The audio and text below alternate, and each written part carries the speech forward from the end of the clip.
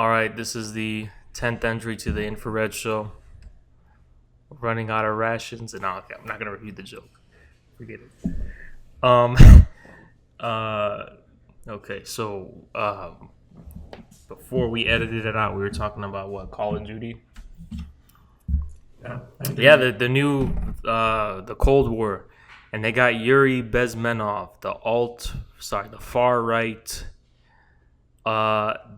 cultural Marxism guy in America. And that actually surprised me. I'm not going to lie. Like, the newest Call of Duty, right? It's called Modern Warfare. The story I heard about, which was very anti-Russian, but it was still kind of liberal aligned a little bit, right? Because it had featured the Kurdish women and it featured like the Russia and Syria and whatever narrative. And it's like, it's still obviously propaganda and shit, but it's still kind of aligned with the mainstream. But Bezmenov is like, whoa, that's a hard right turn. So it's called Cold. I think it's interesting how there's actually been a resurgence in media, believe it or not, across the board of the looking at ways of villainizing the Soviet Union again in this day and age, like in the past few years, especially because of the Russiagate stuff. On Netflix, there's shows that are about it. Yeah, I see the photo of Stranger Things. Oh yeah, fuck that show, man. Yeah. That show sucks too, But and then HBO Chernobyl. Did I ever bitch about that here? Did I ever bitch about it? Because it's such a disgusting show. Did I bitch about this in one of our past episodes, HBO Chernobyl? No. Because what I hate about it so much is that it's like an American Protestant kind of theology of the world of total depravity, just superimposed in this violent way on the Soviet Union. And it's like, it's this theme of melancholy and dreariness and just like, the world is so like, it's almost like the fact the Soviet Union even exists is already an abomination.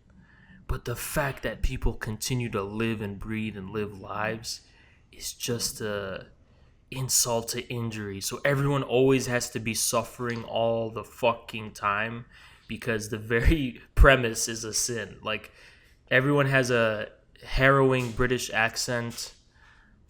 I don't know what to do. We might it's like fucking there's no green anything, there's no sun, it's always depressing, it's always and the whole reason for this depressing atmosphere isn't because the Soviet Union was imminently depressing. Even if it was, this has nothing to do with that.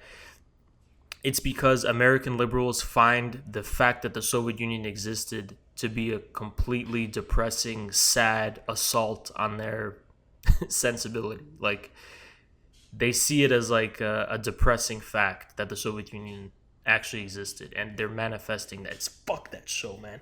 Okay, here's why I hate it. It's because it's pretense to gritty realism. Oh, behind the illusions, this is the truth. A really dreary reality. Behind all that, they show the propaganda and the juxtapositions. Oh, you're so... HBO, you're so original. No one's ever done that theme. Oh, behind juxtaposing to the propaganda, how ironic. The reality doesn't live up. No one's done that before at HBO. No one's Evan, you remember I was bitching last Sunday? I'm telling you, HBO's got the same shit for every show for Lovecraft Country. Yeah, it's the same shit every fucking show. Westworld was the same. Everything is the same for HBO. The reality doesn't match the expectation. Why don't you actually realize that no one was making the expectation that you're making it out to be? It was never between, this is not the perfect world. And no one ever thought it was, though. No one ever thought No one in propaganda, no one in the official government, no one in any level of government in the Soviet Union was telling and selling the story to their people that they lived in a perfect society. They never actually said that. Okay, they never made that pretense. The propaganda didn't make that pretense either. You did because you're a stupid crybaby bitch. Yeah, Because they just dismiss everything that's outside their own competence, and they're pretty incompetent. yeah, Like I this Anglo thought. yeah, I mean like they make this drama about a perfect world that doesn't match the expectation because they are disappointed by their really naive childhood fantasies about the world, and this they just thrust. No one had that naivety or expectation besides them. No one. um but I was thinking, I don't think I should be too surprised um by the Call of Duty shit. Wait, did I talk about Call of Duty yet? We Yeah, started yeah, with it. yeah. Yeah. I don't think I should be too surprised because I actually remember back in the day when Black Ops 2 came out, and it was about demonizing Occupy Wall Street. So they've always been kind of really reactionary, which shouldn't be too surprising. But no, I just think it's interesting because it's like, well, the Soviet Union doesn't exist anymore, so you always have to beat a dead horse because your time is coming, America. And they're mistaking the fact of their own imminent failure with this kind of it's almost like they know that the Soviets knew what's gonna happen to America, and they're making it seem like the Soviets are still actively fighting them, when the reality is this is what the Soviet ghost is doing. It's looking at them like this, and they're mistaking that for active intervention. No, you're just scared as shit because they've been proven right by you. Your empire's collapsing, and your society's collapsing. And the Soviet Union doesn't even exist anymore, But they were proven right, and it has you scared shitless. And it's all it's your own fault. You can't even blame them for it. Um, yeah. But did you guys notice something? Speaking of media, did you notice how? Correct me if I'm wrong. When is the last time a good American anything came out?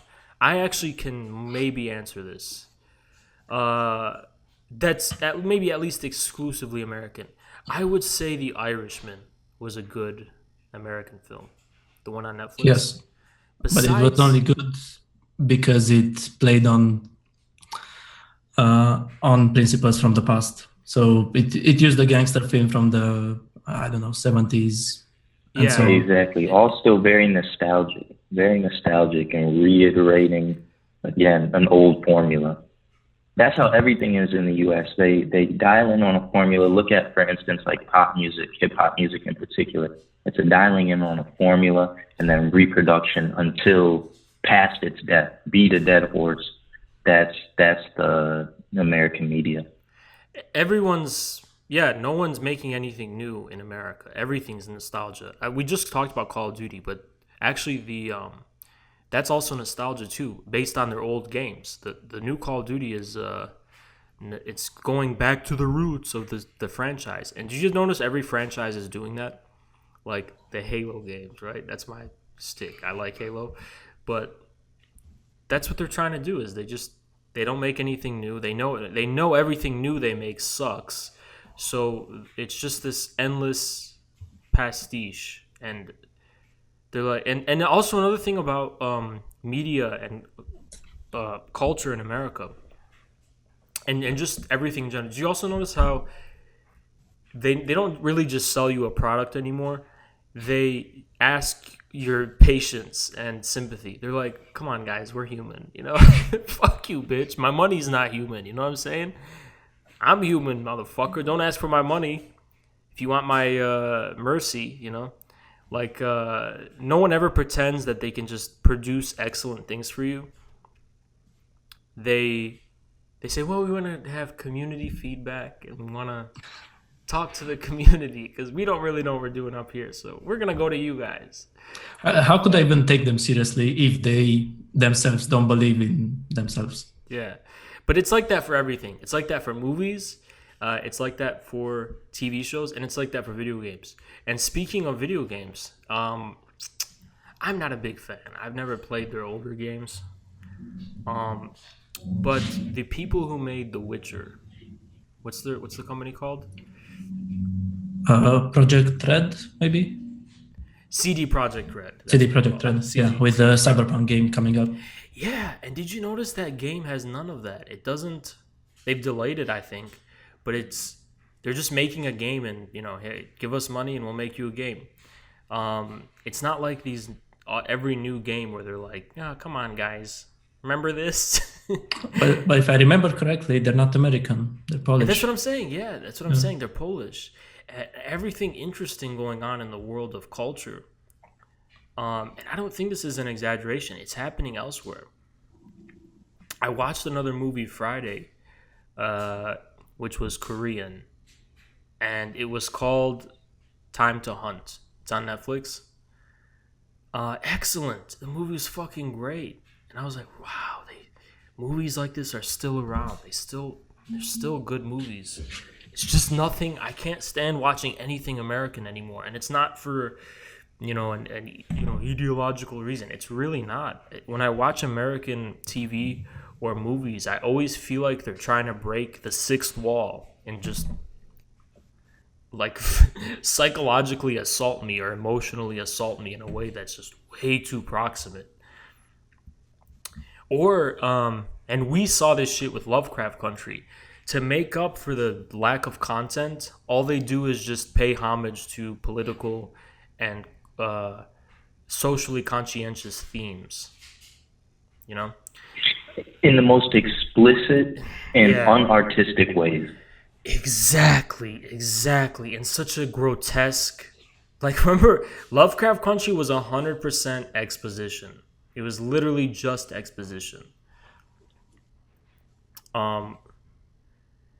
Yeah, I mean, and the whole thing about that is like, okay, this content isn't really good, but here's this for you, so forgive us. You know what I mean?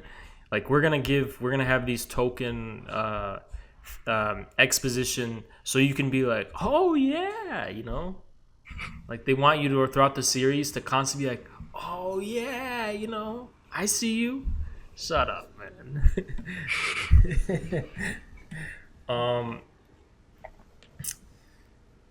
Yeah, man. Fucking. I don't know. There's Korean, Russian, Eastern European, even Middle Eastern, Turkish, European, and I think there's some new African. Evan, do you know shit about that? Like, there's new African up-and-coming directors that are making deals with Netflix and shit. I don't think I've seen any of the films. Yeah. I'm not too familiar with what's going on in terms of partnerships with Netflix, but I know that they have various film festivals and they'll put on display the newest African cinema. And it's very nice. It's very nice. What I wanted to touch on too is that even when these other places use old American narratives, for instance, I watched this one movie called Train to Busan, which was it's a Korean film, I think, but they play on like the old zombie apocalypse. But even when they do it in such a better way. It's very beautiful how they do it, and they integrate their cultural values into this U.S. sort of theme, trope, and story. And it's always done in a much better way. That movie I just watched, Time to Hunt, it was a kind of cliche American action heist and hitman movie. But that was just kind of the background. What I loved about that movie so much. Exactly. Yeah. That's what it is. It's just the background. It's not even the actual story. What I loved about that movie is that within the 2-hour or time span, it made you got a level of familiarity and attachment to the characters that it would take maybe a 10 episode show to establish an American show, you know?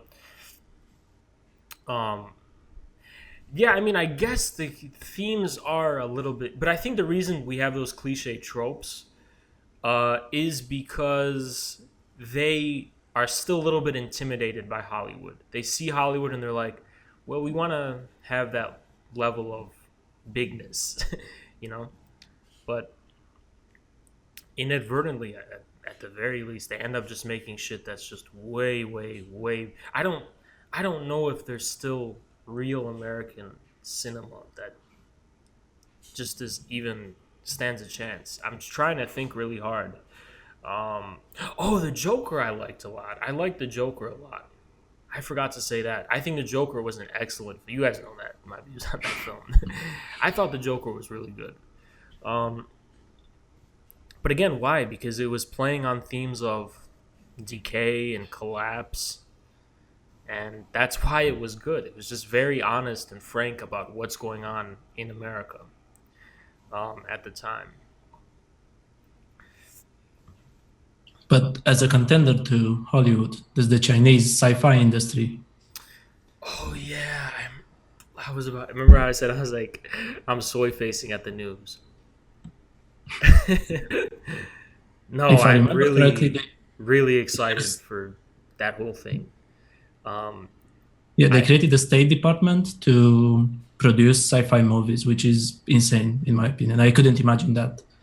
I mean, here in a small country, but And it's explicitly loaded, yeah, ideologically loaded, and it's beautiful. It's beautiful. It's a real competitor to Disney because right now there's kind of two genres of films.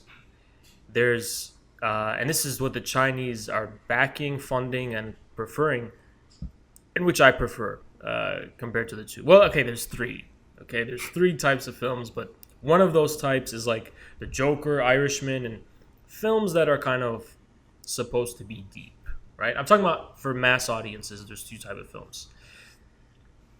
For mass audiences, you've got you know what? There's three types of films for mass audiences. I'm sorry. I'm going to break it down like this. One of them is very good special effects, non-stop action. Think of Fast and Furious and those types of films, right? You know what I'm talking about? Those are heavily involved with Chinese companies and stuff, and funding. And they're very popular in China as well. I think they're Chinese style films. They're Chinese style films because they're about, I don't know, they flex pure technological strength or whatever, right? how could I say, unleashing the means of production Exactly. in sci-fi production. Precisely. Yeah, it's like that kind of. It's almost like a Deleuzian plane of images. You know, It's the Deng Xiaoping of VFX. Exactly. Thank you for not making me stumble my way into 15 minutes of saying basically that. And then the other one is what I think is epitomized by Zack Snyder's films, or the Godzilla films, actually. Which means that they are films saturated with meaning and a sense of depth, but they're targeted to the kind of middle stratum. Not necessarily middle class, it's a loaded term, but they're thinking man's films for the masses. And I actually like them a lot. And these are the films that really trigger the Reddit soy constituency. And also the film nerds. Film nerds and film experts who love A24. You know what A24 is? Yeah. Those types of people, the snobs, you know, they hate Zack Snyder's films. They hate these kinds of middle of the road. They're action films, but they're saturated with some kind of. But I think those are films that are kind of existential films. They're not necessarily ideologically loaded, but they're supposed to make you think about the world, you know. And I think Joker. It's fair to say Joker's included in that genre. Um, but then there's also the third and final one is the satanic one, the evil one is Disney. Disney is a cult. I can rant about Disney for a long time. Disney films are heavily saturated, not just with meaning and all that stuff, but explicit, self-relating ideological programming or whatever, right? I mean, Disney films are meant to make you invested in their entire world, their universe, psychologically invested in their characters, sharing gifs on Twitter and all this shit, just psycho shit, psychosis. That's Disney, right? I never growing up for man children and what do you call women who don't grow up? You can't say man children. You say 35-year-old princess. I guess. I just look at it like at architecture. So you have buildings which are nice, which are competent, and then you have Disney World, Disneyland, Yes. and then it's an endless roller coaster of man children who that's Disney movies as well. Yeah, exactly. Disney is the most disgusting Marvel. Ooh, oh my god. Did you guys see The Lion King? I didn't see it, but I was in Best Buy and I was looking at 8K TVs and they had it playing. Did you see dude? It's so disgusting. Why did they make actual lions? It looks so stupid and grotesque, and only Disney would do this. Yeah, it looks dumb as fuck. Yeah. Anyway, but yeah, I was getting to it. But I love that China's making a fourth category. China's no longer the Delusion, the Deng Xiaoping means of production. It's that still. It's maintaining that aspect, but it's also exploring the kind of spiritual side of things, right? And that's why I think it's going to rival Disney. They want to have, and I love that it's sci-fi. Sci-fi films. This is, I think, the most progressive development going on in the sphere of cinema. Not avant-garde stuff, not A24 boring snooze fest. Specifically sci-fi, and also ideologically loaded. Because let me tell you why. Sci-fi is fiction still, but it's not fantastical. It's meant to remind you of the real world. So it's concrete. It has that concreteness, right? But it's also fictional because they recognize the reality of the ideology and fiction of the world. The world is not just this bland scientific reality. It also, this kind of Zizekian stuff, right? It also has this kind of indeterminacy, whatever. I think it's beautiful, absolutely beautiful. And I say this without hesitation. And immediately when I say this, the film nerds all in a chorus start to seethe with anger. For me, the best film of the 2010s is The Wandering Earth. It is my favorite film of that entire decade. And I'm so excited to hear about the fact that the Chinese government or whatever, they recognizes the significance of that film, and they creating departments or whatever to specifically focus on making more things like that. Yeah. That's where I become like a soy nerd, right? Like what some of these kind of Reddit people are for Nintendo or whatever, I am like that for the Chinese sci-fi films. You know what's so beautiful about Wandering Earth? It appears to be just another cheap, well, they're not cheap, they're always big budget, but kind of knockoff, cliche sci-fi movie made in China. But then you watch the film and it's so saturated with aesthetic kind of partiality. It's so, the tone, and it's really subtle how it is, but it really is. You really get a kind of spiritual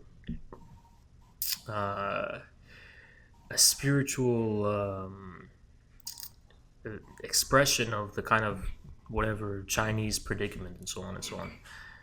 I I mean, love it. one scene just remained in my head. It was the one where they went by Shanghai and it's all frozen, but it's the current Shanghai, but in ice.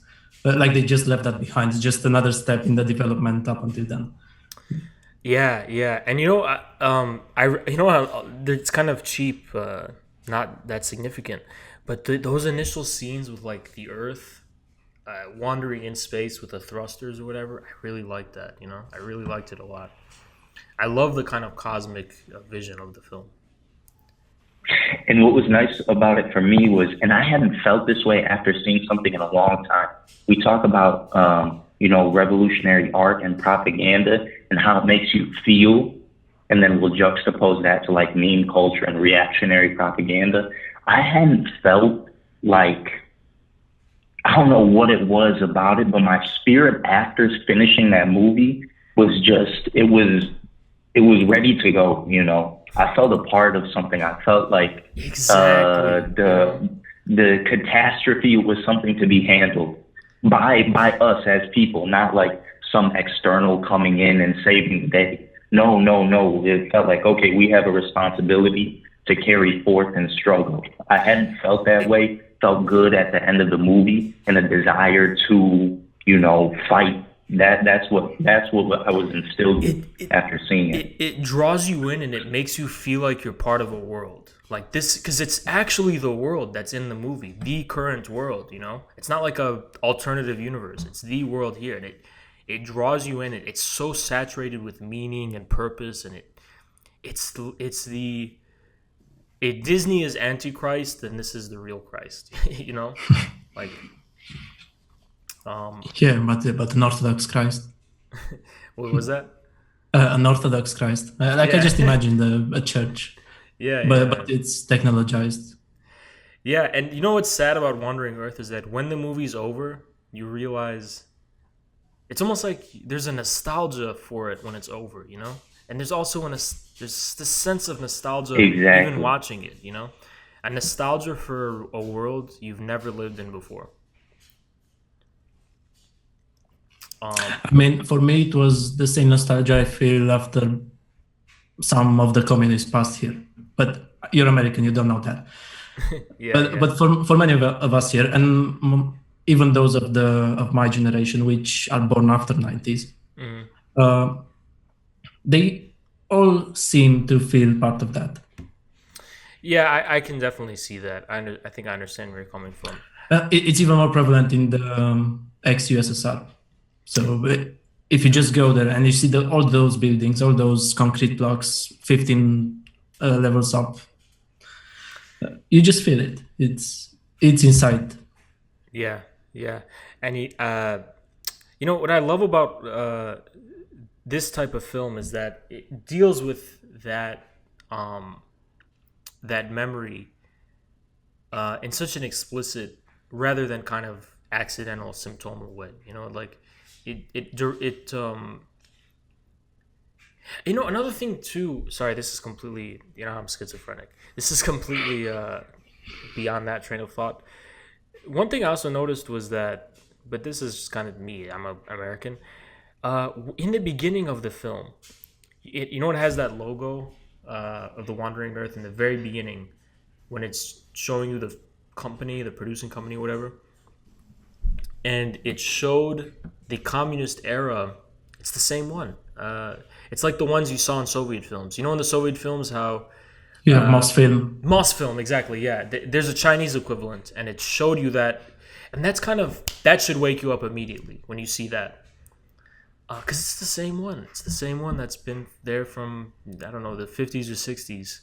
Um, it's almost like it's still the same China. It's just there's this new technology or whatever, right? It's a really nice. It's really comforting to see that. But that's a really American. You know, I'm sure for others it's redundant.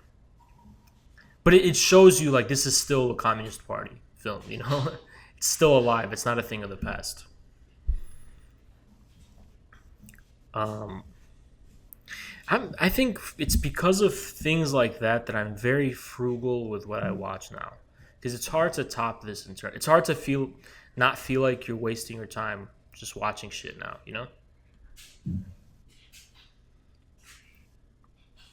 That's the other aspect of it is that unlike Disney, you don't really get this addiction where you feel like, well, now I need to watch a 50-hour show about this wandering Earth because I want more of it. I really don't want more of it per se. I like how it ended. I like the feeling it gave me when it ended, and I recall it fondly. I don't want to watch it again, and that's how you know it's a good film. It's something that you're not going to obsess over all the time. You're just going to recall it fondly. You're gonna say, "Yeah, I liked that film. I liked watching it. Now I can get on with my life." But the poison of Disney is the opposite. For all of these youth, you're watching the Disney film, and then you have to dedicate your entire life to living this really sick, perverted psychosis world. You know, after you watch it, it's really sad. It's really sad. So school is starting back up. Raul, what's going on what's up in Romania with the schools? They do some really weird shit. I mean, for children under 18 years old, they will go to school with some preventions in place, but universities have their own rule, and they will most likely be from home. From home. Yeah. Yeah, I mean, I love this crisis. The most thing I love it for is it's revealing how pointless so many things are. But it's also worse because Zoom also reveals how pointless the very lectures are. You're just sitting around. You could be watching a YouTube video. You can be doing whatever you want. And you instead have to listen for a few hours. And you just realize, I think people will realize when they're on Zoom how much of a waste of time it is. It's like, what am I doing here? Why am I wasting my time? In class, there's a false aura of, there's a reason why you're here. You're doing something, because you woke up and you walked here and you're sitting here. So you're doing something. No, you ain't doing shit. If people realized, listen, everyone needs the Joker moment. You know what this is? Everyone needs the Joker moment where the camera zooms out and they see themselves, and they're in a clown costume. They got the nose and shit, and they're just standing like that. They realize they've been a clown this whole time. Every student should realize that. You are actually just having your life wasted. If the class doesn't take attendance, don't go. Okay. Yeah, but you know why I hate boomers? I never used to hate boomers because I hated millennials, and way more, I didn't like millennials. But I also have an intense, what made me hate boomers was college.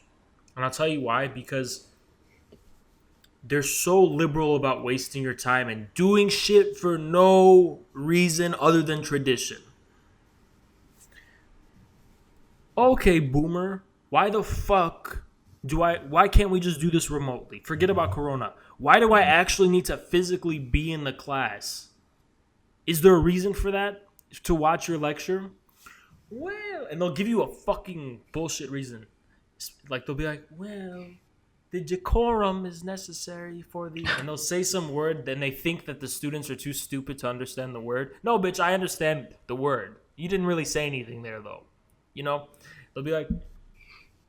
This dude will be like, I'm doing it, and they'll have like some dignified kind of Kantian reason, or we must do it for the sake of the integrity of the social discourse. And shut the fuck up. Here's why I dislike boomers. Ready? Because those things, Professor, those things you're elevating to the status of justification were contingent when you were a kid, which means when you were a student, it's not like people went to classrooms for its own sake. They just did it because there wasn't the ability to convey information in a more efficient and time-efficient way. It's not like these buildings here and all this shit we have to do for no reason other than ritualistic self-masturbation bullshit was there for its own sake, and those people were justifying, well, because the decorum and the discourse mandates that for the cultural sake we should all be here in this. No, you fucking idiot. They did it out of necessity because they were grinding things down to the bare necessity after like the New Deal and shit, right? And this is what you need to do now. This is what needs to happen now. It's like the games Dark Souls. I was just talking about video games, but you know what Dark Souls games are about? They're about cycles. And the whole games depict a dead world, and the world is fucking dead and decaying. And the whole reason it's decaying is because the people in the universe don't have the balls to restart the cycle again. You know what that means? Like, there's a flame you have to light, and then when you light the flame, the world cycle starts again, and everything gets destroyed and reborn anew. And the whole reason for this atmosphere of decay and depression and all this shit is because everyone's too lazy and incompetent and too attached to the world now to start the cycle again. Even though it's a traditionalist kind of cycle, it's just starting a cycle again, but they're too attached to the whatever and too scared to start the cycle. That's how I see boomers, you know? Like, the cycle needs to be started again. Mow down the fucking universities. Get rid of the classrooms. You know, I'm for this. I'm for this. No, there is nothing worth conserving in this. There is nothing worth conserving. The minute you need self-reflexive justification for your bullshit ritual, the minute you need to say, we're doing this because for some abstract kind of, we're doing this because of the social discourse. Okay, you're being self-reflexive. You are speaking about yourself as though you're an object and not a subject. Do you know what I mean by that? When you say, like, you're doing this meta thing where you're like, well, because of the social discourse, we must foster a culture of connectivity, or else well, you can't control yourself. You really need to see my face. What do you need to see my ass? Do you need to see my hairy ass, my flesh? Is this what you need? Professor, is this what you need? Huh? Waste my time? You know what I mean? Like, do you realize what you're saying? You're using all this abstract language, but in reality, you're telling me you need my physical presence. Okay, sexual assault. You know, period. I'm not gonna joke about this. And you know what's so liberating? Because I had classes last semester just on Zoom and shit, and just right click mute and do other shit. Exactly.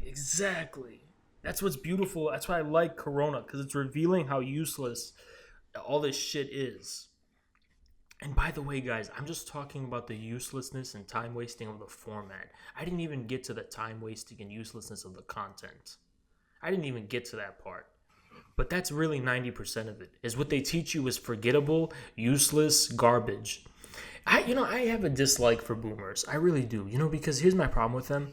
Boomer education people. If they see this and discover this, like, I get kicked out of where I am now. Fuck it. I don't give a shit. The reason I dislike them is because they cling on to it's almost like they're all Shylock. You know Shylock from Shakespeare? Shylock just basically represents this kind of stubbornness for its own sake because he's bullshit. Like, he's like, Shylock basically demanded a pound of flesh if he lost a bet or investment or some shit. And then the person lost, and Shylock said, I want my pound of flesh because fair is fair and A is A. And this is the rule. Instead of changing and, re-evaluating his rule, he wants the pound of flesh still and insists on it. Even though it's a ridiculous whatever. That's the whole motif, right? And professors are like that. They're like, well, even though you're not learning anything and even though you're going to forget all of this, it's the principle that I must do this because formally I'm consistent. Yeah, you want your pound of flesh. I understand, because you're bitter as hell. You don't care. You're like this romantic. I don't care. I may be a failure. But A must be A. Yeah, suck my dick, A must be A. Okay. But it's not, that's the thing. And for so long, all of you mini tyrants whether you're in middle school. And by the way, you ever had teachers in middle? I saw a tweet that said, "Why were teachers beefing with me when I was 11?" Like, bro, I'm 11, you know. But it's true. There's these mini tyrants of schools, whether it's a college professor, and they have their own dominion of hell that they reign over, and they relish in the tyranny and the ability to, and they make it seem like the students give a shit about this when all they want is to not be starving on the street as a bum or working McDonald's 9 to 5. It's the only reason that they don't give a fuck about the content. But the professor says, well, you did sign a contract which says you are interested in learning. So you may have an external motivation for being here, but formally the reason is to learn. So I'm going to actually psychotically treat it as though that's the case. That's why we have every aspect of the Cultural Revolution right now in America, except this one, which is the most important one. We need the universities to be raised. Professors, why aren't we having the thing where we don't go to education anymore, huh? Because that's what happened in the Cultural Revolution. We have everything in America except that. We have all of the annoying things, but none of the good stuff in the American Cultural Revolution going on right now. All the useless bullshit and none of the actual, stuff that's like, wow, that's actually, that's good. Fucking, but here's the thing. That's why coronavirus is like a liberator. It's a liberator because all of these mini tyrants cannot control the fact that your tyranny is coming to an end. It's only a matter of time before the funding is cut. And A is A, remember? So don't be sobbing about those budget cuts that are coming. Don't be crying about that, because you said A is A, right?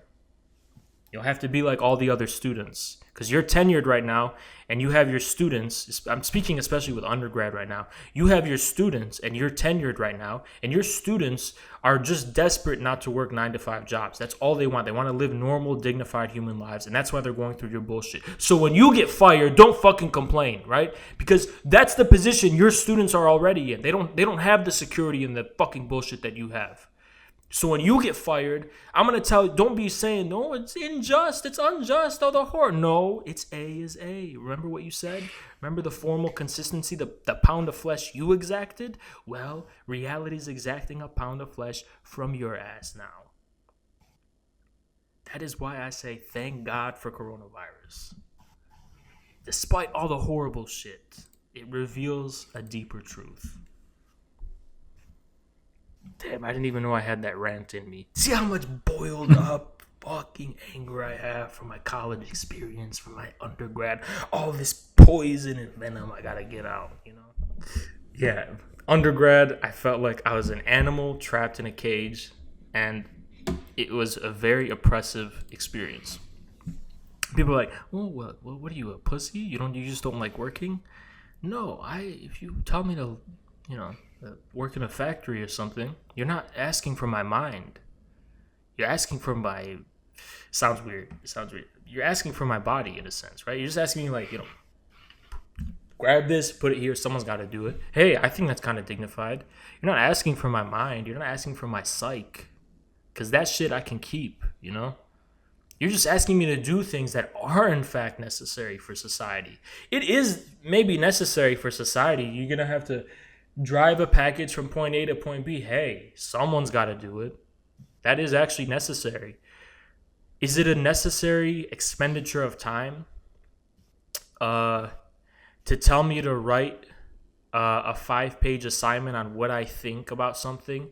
You're not asking me what I think. What I think is that I shouldn't be doing this at all. That's what I really think. You're asking me for my thoughts? No. I kind of agree with GJ. I want them to be... They're probably like that in Eastern Europe, right, Raul? They're probably more like strict. Yeah. They have the ruler and bang on your whatever, right? Be like that. Exactly. Command me. I'm a soldier in the army. You want to be the commander? Fine, be the commander. Command me. Tell me, write a 5-page essay explaining write a 5-page essay and give me a report or some shit, you know? And they're also like, you think you can do this shit better than me? Come up and be the professor. Yeah, exactly. You know, I mean, Yeah. And then you either pull up or shut up. And some people, this was middle school or maybe high school, but they did do it. They did try. They tried to teach. They did a pretty okay job. yeah, and you know, another thing about in America is like, I remember when I was young, and the math teachers always used to tell me in like middle school and high school and shit. They're like, "Oh, you say you could just do all this with a calculator," and everyone's like, "Yeah, because that's the truth." Back in the day, all the shit you're doing is because people just didn't have calculators. And she's like, "Okay, well, doesn't it look ridiculous?" This was like middle school. She was a nice teacher. I don't want to roast her. You know, she was nice, but I'm making a general point. She was like, "Oh, okay. Doesn't it look ridiculous as if when you're on a date with a girl and you've got this big calculator and what are you gonna put it in your pocket? You look ridiculous. You should just know the math." And then students were like, "But professor, or sorry, teacher, because it's middle school." They're like, we have it in our phones." Because at this time you could do it in their phones, and she was just like, "Well, that's right." She didn't address it. She literally was like that. She's like, "Wow." Okay. Yeah, and it's like, you know, after school, after I graduated, is when I realized there's a way to like math, and math is actually kind of interesting. It is really interesting. And I started. And I had the compulsion to actually kind of fuck with it, you know? It's just that the way I was taught it in middle school and high school made me hate math. It made me hate it. Now, I'm not one of those people who say, "Oh, we have calculators, there's no use in learning math." There may not be necessarily a use, but it's very enriching to learn. But here's the thing, you can't force people, you know? You can't make it a thing where you can't do it except by teaching people how to like it. If you can't teach people how to like math, don't force it on them. That's what I think, because math is almost kind of a beautiful thing if you learn to like it. It's, you know, there's a lot of interesting things about it, the philosophy, all this kind of. It's really interesting, and I never got a fucking crumb of that learning. I never got a crumb of that kind of metaphysical whatever. I've never got a crumb of what is the meaning of what I'm doing when I'm doing math, you know? I never got a crumb of that. All I got was a teacher saying 1 + 1 = 2 because I said so, and because I said so, you better fucking be true. That was the reason why I was doing math, because they said this is the case and it must be true because they said so. I never got the reason why someone would ever care about math starting from scratch. You know, like, why would I care about math if I was the first human or something, right? Why would I invent math if it wasn't invented? I never got that feeling of the necessity of mathematics until I escaped school called graduation, college graduation.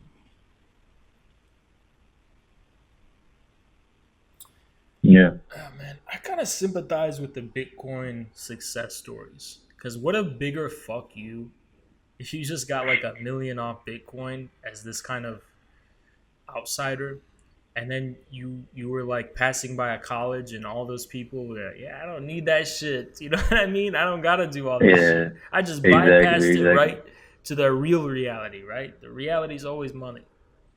Money's the reality. Ain't no educations. Everyone's doing this for money. They wanna. Right. But now they always tell you in college, remember I said this? Did I say this on the show before? We are living in socialism without any of the benefits. Because in college, they treat it like socialism. They say, "You're not doing this for money. You're doing this to make an impact on the world." Oh, really? I'm doing this to make an impact on the world? Then pay me my money, bitch, and then we can talk about the impact on the world. What about the impact on my wallet, motherfucker? Last time I checked, this is a big impact on the wallet. It's not an impact on the world. You want to talk about impact on the world, we got to eat first. You want to be socialism? I'm a communist. You know me. Then let's have the real one. Stop treating it like we live in socialism when we don't. We live in a socialist society that treats itself as socialist, but gives you all of the bad things about capitalism. You notice that? Mm-hmm. All of the brutality, ruthlessness, dog eat dog of capitalism is still there, but we It's have to still there. pretend we live in socialism. We pretend we're in. Oh, you're doing this to make an impact. No, I'm doing this for money. Because the alternative is a 9 to 5 at McDonald's. That's why I'm doing this. Maybe if I didn't have to think about that, then I can think about making an impact on the world. Don't tell me about no impact on the world when my shit is not secure yet. I'm trying to secure, or I'm speaking as a students, for students. We're trying to secure a livelihood of some kind. That's what people want. And back in the day, you didn't even have to do this bullshit. All you had to do was work in a factory, and you could have a house and a car and a family, and you could get by. You didn't have to demean yourself in this way. Millennials are so fucked, man. They're so fucked. Isn't that fucked up, man? There's no way to just be a human being. You gotta actually go to college. And that's 4 years of your life. Again, K through 12 is a lot. Like the best years too, the most energetic years, and then you got to sit there and waste it. It's our prime, yeah. It's our prime, man. As young people, shit, man. Let us, what, people. Okay, we don't talk about ideal societies or anything like that. But let me just talk out of my ass and say, what is the perfect society, right? We work, everyone, formally, we have a very bare minimum of specialists, people who think for a living. Engineers, we need them, but we will have the bare minimum we need. We're not going to have an overabundance of educated people. So few people will have to be educated. I'm going to get to the actual education part of doing it for the sake of being human. Then, majority of the population formally works in heavy industries. 3 hours out of our day or something, we work in heavy industries. Because believe it or not, that's possible. Yeah, that's another pill. Did you know that in the 70s, in order to fulfill all of the needs of society, everyone only needs to work 1 hour? Nobody gets the shorter hour day thing. No one talks about it, right? So everyone would work like maybe, I don't know how long it would have to be, 1 to 3 hours doing a heavy industry job. So for that 1 to 3 hours, you put on that jumper, that hazmat suit, you put on the armor, the welder thing, whatever, and you get to work. It's fucking, you go to battle, you have pride in that. You go into the inferno underground as a miner. You got that hard hat and shit on. Or you doing oil stuff, whatever. 1 to 3 hours you do that a day. And then for the rest of the day, you do whatever the fuck you want. And most people will find ways to educate themselves. Yeah. That's the perfect society. But all of these pussy people are teaching the young to be averse to this kind of reality. Oh, that's toxic masculinity. We all need to draw flowers for a living, and you need to be and that's not going to work out. Just sell your body for sex work. Mm-hmm.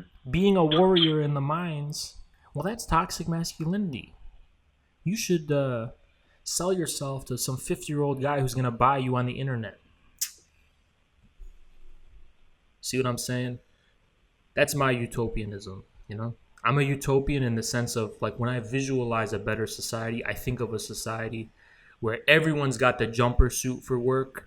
Everyone, goes into the inferno. Everybody does this hard kind of manual shit that really is required of us, right? Why don't we should be only forced as a job to do things that are physically necessary to reproduce society. In terms of culturally reproducing it, in terms of reproducing it in these other kinds of ways, this should not be a thing. We should base our eating and our sheltering based on tilling the fields and building the homes. Don't base our eating and our sheltering based on doing pointless jobs and things that have nothing to do with the physical reproduction of those actual things. You know what I'm saying with this? Yeah. And there would be no 4 years of college. You know what it'd be like? Let me entertain the audience. I know you got to go soon, right? Like 2 minutes. Yeah. Yeah, we'll finish it like this. You know what it would be like? Instead of those 4 years of college, at your prime of your youth, you would work K through 12. I won't get to that. I think that should change too, but let's just keep that intact for now, for this utopian scenario, whatever. So in those 1 to 3 years, you do that work not 1 or 3 or whatever, and then in your free time, because you got all this energy, you can fucking run up mountains and shit. Just become a cultivated human being. You run up mountains, you read books in your spare time, you educate yourself, you say, oh, I like math, philosophy, all the art, all these kinds of things, well-rounded type of Renaissance individual. What a beautiful vision. What a beautiful vision. A youth well spent. Right? Okay, we'll end it there.